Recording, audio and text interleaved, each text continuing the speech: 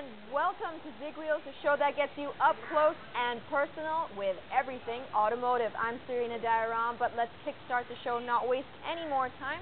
This is what you guys have got to look forward to.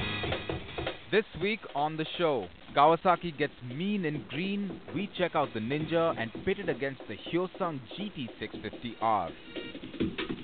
It's a quarter-liter showdown. Which is the bike for you? Honda CBR 250R or the Ninja 250R? And all the latest auto news from the week that was. Well, the motorcycle scene is definitely going to get that much hotter with Bajaj's launch of the Ninja 650R. Of course, the Hyosung GT 650R was the only option in its class, but now the Ninja 650R is definitely going to give it some competition. So, let's check it out.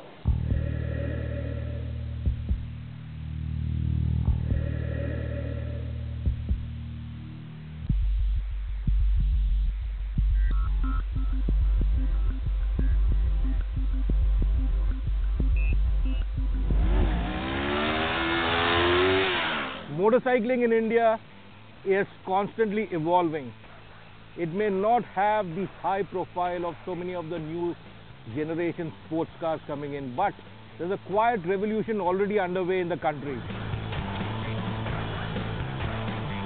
The Kawasaki 250 Ninja has really set things up very nicely for those graduating from the 220s and the 225s and coming up to steam and speed.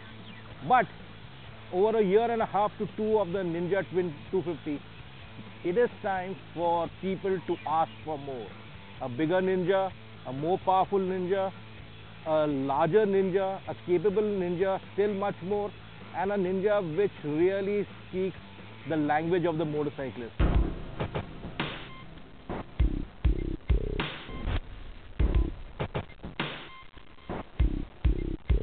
Design-wise, the language it speaks lives up to its name, offering sharp ninja-like dynamic lines that give it that aggressive appeal.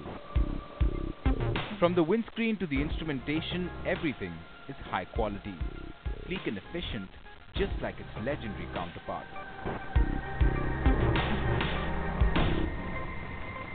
It's a bike which is going to save you a lot of money compared obviously to the larger 1000cc liter superbikes and the ones bigger than that, because it delivers a phenomenal blend of performance, handling, capability and control to really take the bike to its limit and keep on having the smiles stay plastered on everyone's face.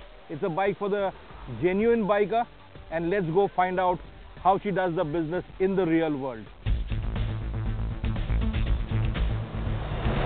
Swing a leg over it and you'll find that the chassis is slim, the seat low, and the ergonomics clearly showcasing the true aim of Kawasaki's design, the rider. The frame, swing arm, and suspension are all designed for minimal vibration and lightning quick handling. Similar configuration as the Baby Ninja with a twin-cylinder parallel twin-cylinder engine, 650cc, a short stroke over square engine dishing out 72 PS and 66 Nm of torque. But forget about all these figures, because at the end of the day it's the 6-speed gearbox which is so brilliantly matched to the torque curve that you always have traction and power on all, whichever cog you are in. And actually speaking, that is really the defining element for motorcycling in this country.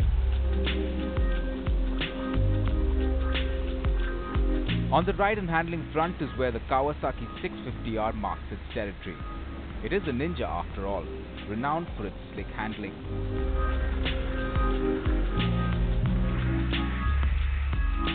Being on the Ninja is one hell of a comfortable job, because it's got every ingredient for good control of a machine.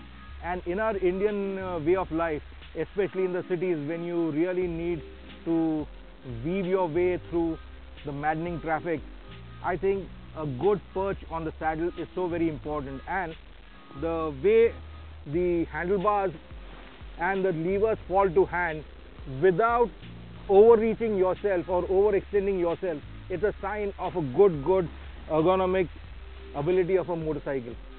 And this is a bike which will do its business in the city and on the highways and allow you to go and run on this machine all day long.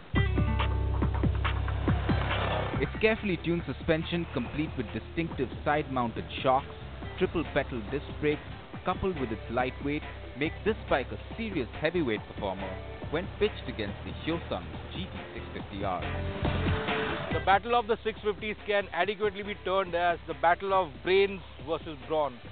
And price-wise, and here is the big one, about 4.5 lakhs of rupees ex-showroom in Pune, which is slightly lesser than the GT650 from Hyosung, which is 4.69 lakhs.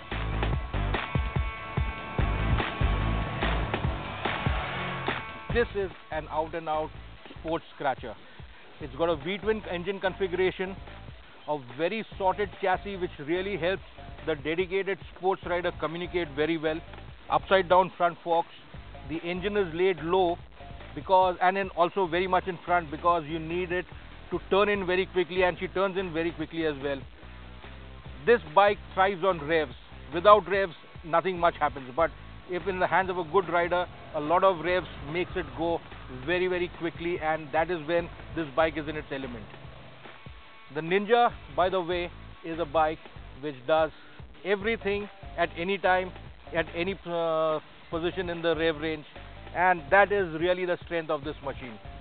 And in a sense, as I said earlier as well, very difficult to compare these two together because both are bikes with tremendously opposite characters, and all the more better for it because you need to have that diversity in the same class, and both these bikes very easily and closely matched as well on pricing. These two bikes represent an emerging new trend in Indian motorcycling, affordable performance. Now let's wait for Yamaha, Honda, Suzuki and the rest to try and catch up.